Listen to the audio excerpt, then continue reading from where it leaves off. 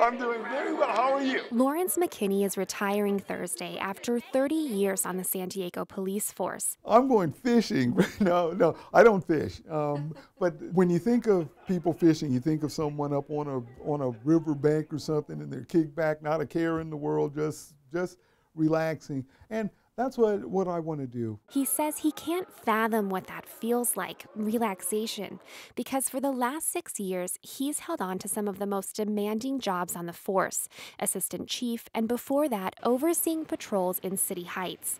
When he was assigned to the neighborhood in 2008, its 12 square miles accounted for nearly a quarter of San Diego's violent crimes. I could have gone to, and in fact was asked, if I wanted to move on to other commands. There are other commands that are easier to work. I'll tell you that right up front. But McKinney says simply being present in the diverse low-income community was how he would make the biggest impact. When people saw me as a person of color in uniform, and they can see the goal. They don't know what it means, but they know that it's something and it's different. But they see that, and it gives them some hope in the system. Then if they can see me and see that, okay, you know what, maybe there is hope in this. Maybe a person of color can get somewhere. Maybe I can get there. McKinney's office on the 7th floor of police headquarters is covered with plaques and mementos.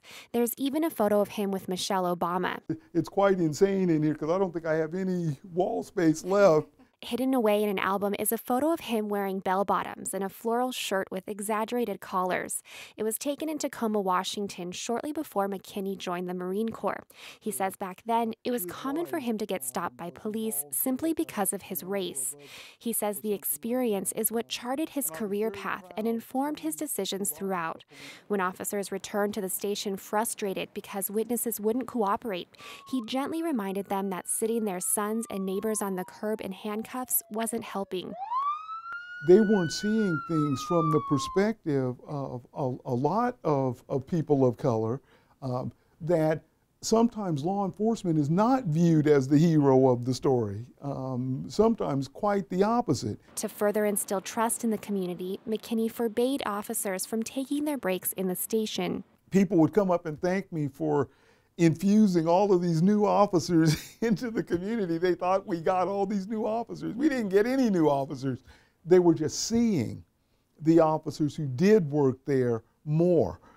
And that, of course, increased their level of comfort in the community, knowing that there's cops out there on the streets. And when former gang members wanted to host a lowrider festival in the station parking lot, the red flags were going up for me and for my officers. That it was off the charts. They just, and absolutely not. We can't risk this. All these gangsters in here. McKinney went for it anyway. Now the festival is in its 4th year and helps connect current gang members and kids at risk of joining gangs to social services and area churches. We are there to serve all the people in the community. We needed to reach everyone. So that dope addict out there, that gangster out there, we are their police too. Megan Burks, KPBS News.